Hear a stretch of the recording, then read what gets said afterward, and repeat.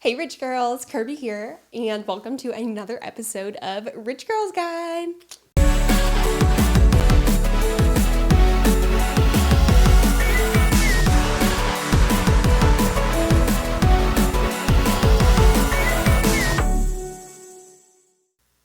Today we're going to cultivate our rich girl habits. Now, in order to do this, we will need to first identify our bad money habits so that we can craft good money habits in place of them. And I will be spilling the tea by giving away my personal top 6 rich girl habits that I use in my day-to-day life. Before we dive in, I want to say a huge thank you for tuning in today. If you find this information helpful and want to support me so that I can make more content for you, please follow wherever you are tuning in right now. And a super quick reminder that you can view these in video format on YouTube and Spotify. When identifying our quote-unquote bad money habits, I want to be very clear that a bad habit for one person might not be a bad habit for somebody else. Let's take it the ever-demonized daily coffee, for example. There has been so much debate among budget gurus and just everyday people about whether or not your daily Starbucks drive-thru habit is really making you broke. Like, I get it. If you're going through the drive-thru line and getting a triple venti dirty chai every single morning, you'll definitely start to see that eat into your monthly budget. But if you treat yourself to a special dose of caffeine on Monday mornings to help motivate you to get your butt to work, is that really going to break the bank? You have to look at the specific habit relative to the rest of your routine. For the person who mindlessly drives straight to Starbucks for their coffee every single morning and then has a drop in energy around lunchtime, leading them to go out and get lunch from Chipotle because they are too tired to make something at home, then yeah, that's a bad habit. And it's leading them into another bad habit.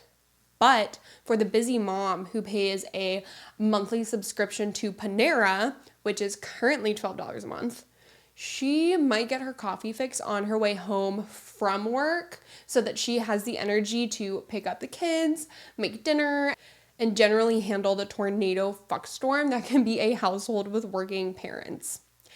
In that case, I would argue mama has a good daily habit on her hands, pumping herself up and getting an extra few minutes of alone time before general chaos ensues at home. At their core, they are the exact same habit. Buying coffee every day instead of making it at home. But the context around the habit is what drives a good habit versus a bad habit. So let's do a little exercise together, shall we? I want you to take out either a piece of paper or take out your phone and write down a general outline of a normal day for you. I'm talking run-of-the-mill, middle of the week, normal average day. For most of us, this is going to look shockingly similar throughout Monday to Friday. Now, you don't have to get too detailed, but I do want you to map out at least like 10 things that you do throughout your day. What is the first thing that happens when you wake up in the morning? Do you typically make coffee before you go to work or read for 10 minutes before going to class? Do you go out for lunch or bring it with you? What's the last thing you do before you go to sleep? Let's take a moment together to map it out. I won't bore you to death with my full routine, but I can give you an overview of my typical morning. I wake up, brush my teeth, check my phone. No, Ron, no! Usually I work out for 20 or 30 minutes and then I'll feed and walk our dogs. By that time, my husband and 2 girls have typically woken up, and at that point, all bets are off. General chaos descends upon the house, usually accompanied by tears, maniacal laughter,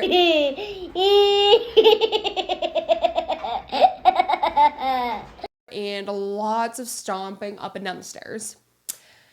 Life with a 4 and 5-year-old.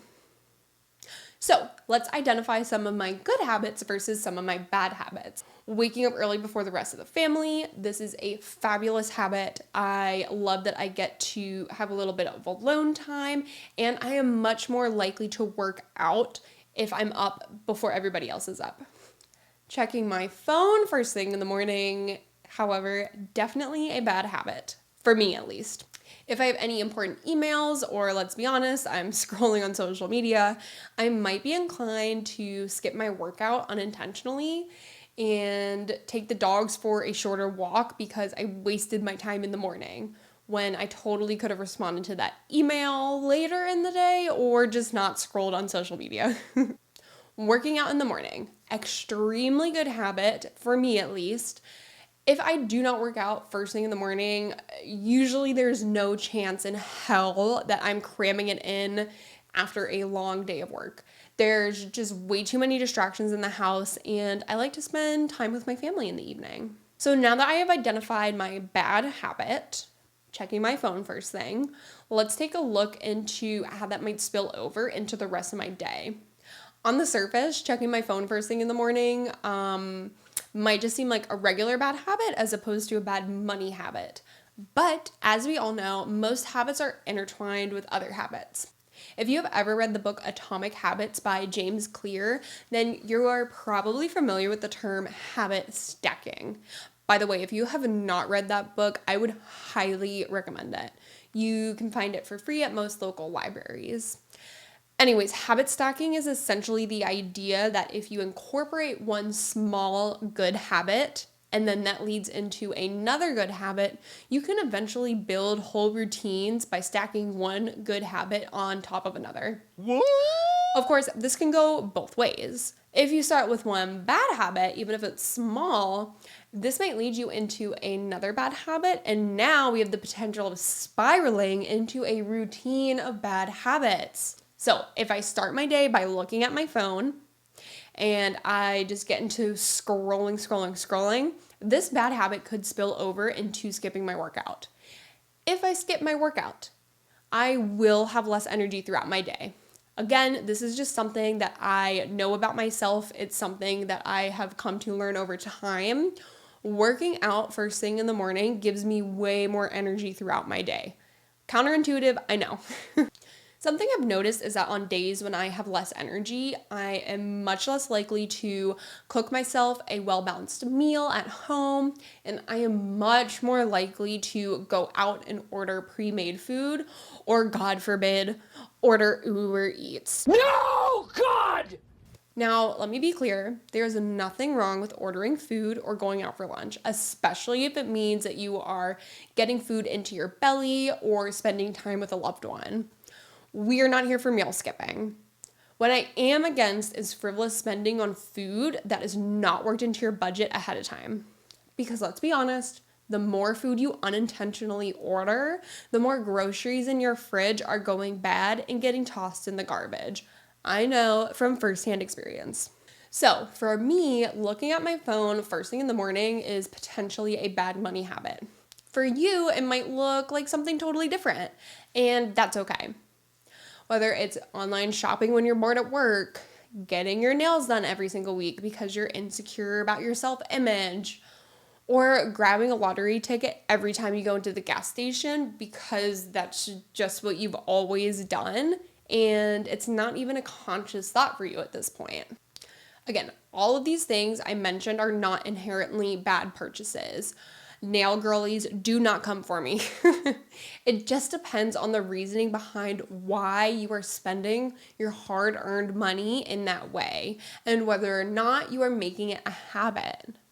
Now, I want you to go over your list that you made about your routine for the day. I want you to pick out something that you think is a bad money habit. Is there a reason that you do this thing every day? Sometimes it can be out of necessity. For example, someone might have a long commute, so most mornings they stop at the gas station to fill up, grab an energy drink, and also a little pick-me-up snack for their commute later in the day. What if we turn this potentially bad money habit into a good money habit? Instead of filling up a little bit every day, what if we go to Costco or Sam's Club once or twice a week and fill your tank all the way up. You'll be saving yourself a little bit on gas, and while you're there, you might as well go inside and stock up on some bulk snacks and energy drinks. There's no reason you can't have them. Now you can still have your pick-me-ups to help you through your commute, but we are doing it in a more budget-friendly and intentional way, and saving you a few minutes in the morning while we're at it.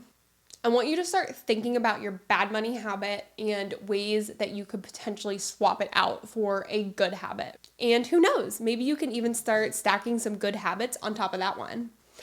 Obviously, the previous example was pretty straightforward, and not all bad money habits are going to have an easy solution. We need to be realistic about what we can accomplish by ourselves and when we may need to reach out for some help. For those of us who may have some weird feelings around money, whether that's because we didn't have any when we were growing up, whether it was demonized by family members, or even glorified, the reason behind some of these habits may be really deep-rooted. In these cases, one bad habit is not as easily swapped for a good habit.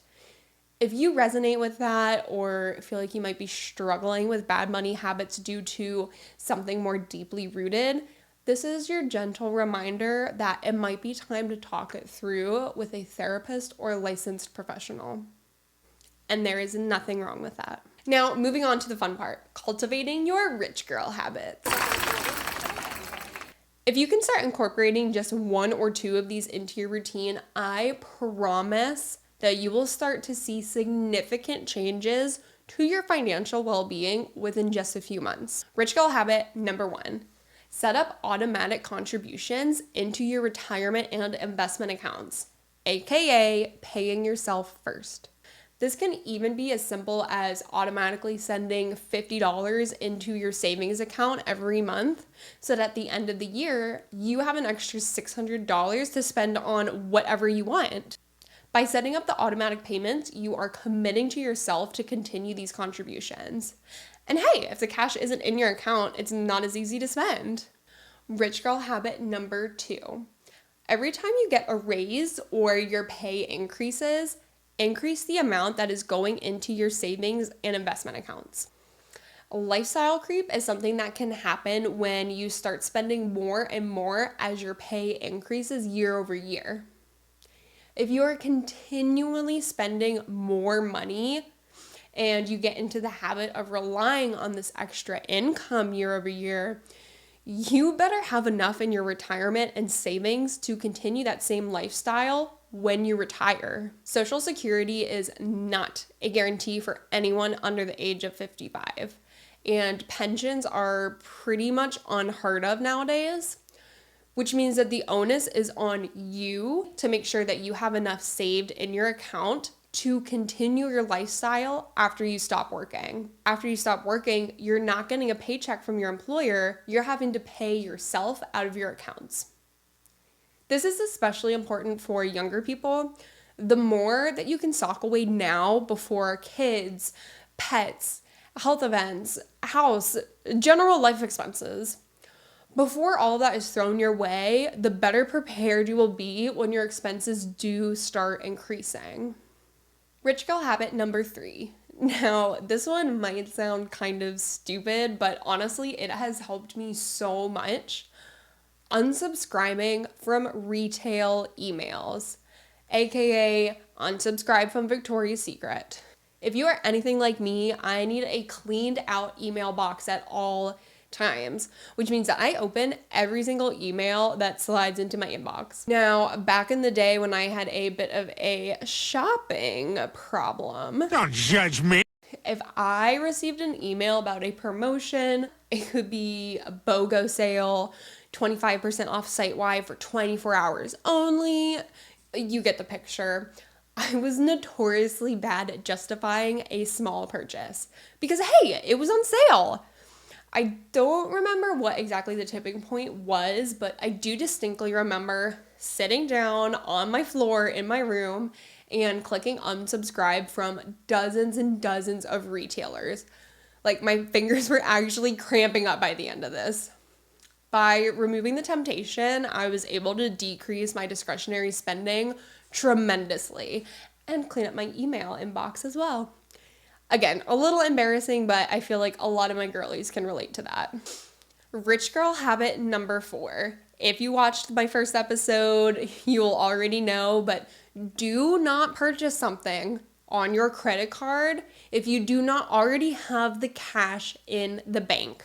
As Caleb Hammer so lovingly states, some people are just not credit card people. And that is okay. Now, I admit, this can be a hard habit to implement if you already have credit card debt or don't have a fully funded emergency fund on hand. I'll be going over credit card debt and budgeting in depth in later episodes, but please be sure to let me know your pain points when it comes to credit cards and budgeting in general so that I can hit your points and answer those questions.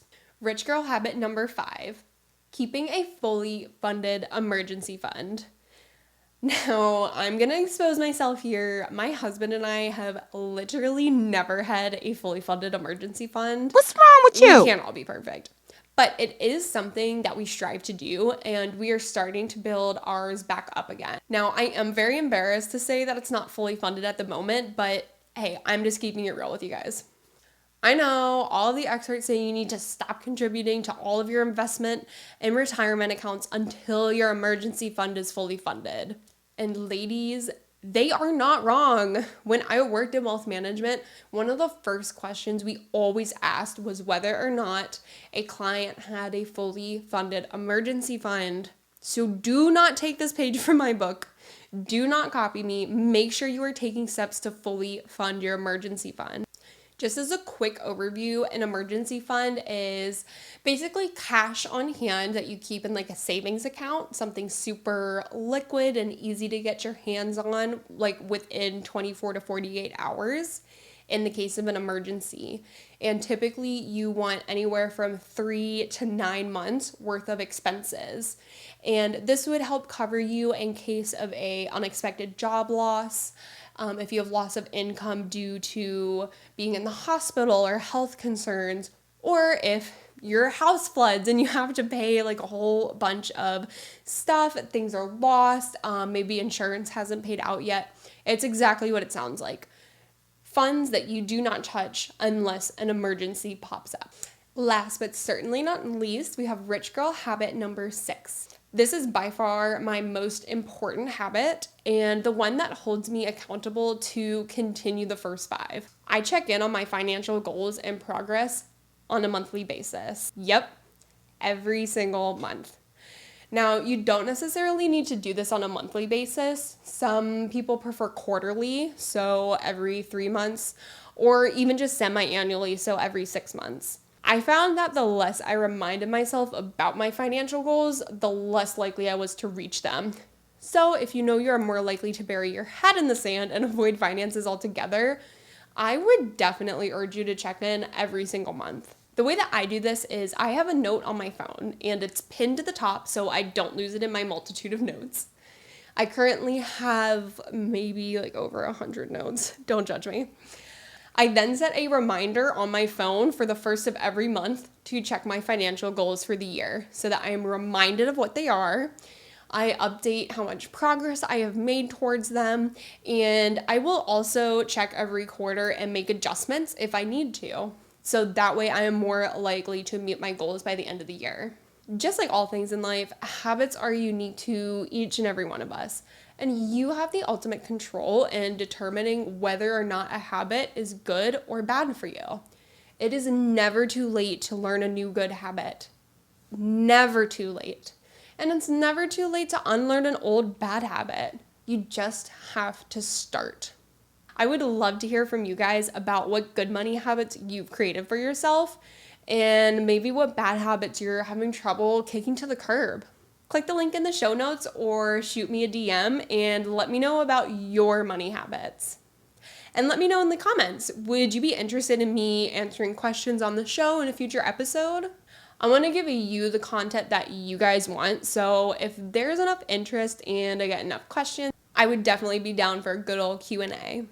If you know someone who could use a kick in the pants, please feel free to send them this episode. If you have any questions, you can comment on YouTube, and if you want your question to be featured on an upcoming episode, ask away at the link in the show notes. Keep it rich and see you next Monday.